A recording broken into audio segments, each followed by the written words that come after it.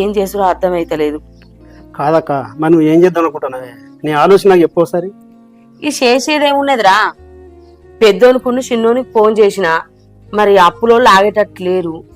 మరి ఇక సప్పుడేక వాళ్ళిద్దరూ ఇక ఇల్లు అమ్ముకోమంటే ఇల్లు అమ్ముతా. ఏమోనే, ఫోన్ చేసి రమ్మన్నది. ఏం విషయమే అంటే చెప్తలేదు. ఇక నాకు తెలిసి అప్పుల గురించే మాట్లాడదు కావచ్చు పోతే. ఏంది అప్పుల గురించా? అప్పులతోటి మనకేం సంబంధం? నువ్వు మంచిగా ఉన్నావు. ఏం లేదే, పొద్దున పనికాని ఉండగా అమ్మ ఫోన్ చేసింది.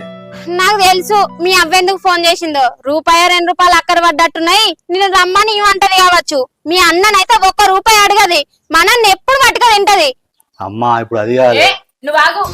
ఏందమ్మా, ఉన్న అప్పులు కట్టి ఇల్లు తీసుకోమంటున్నావా? నీకేమన్నా లచ్చుందా 2 లక్షలు ఉందా అప్పు?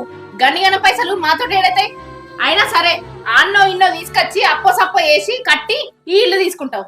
మరి నీ చిన్న కొడుకు నాకు ఇట్లా వాటా ఉన్నదని రాడా? ఓ మా సంపాదించినావు,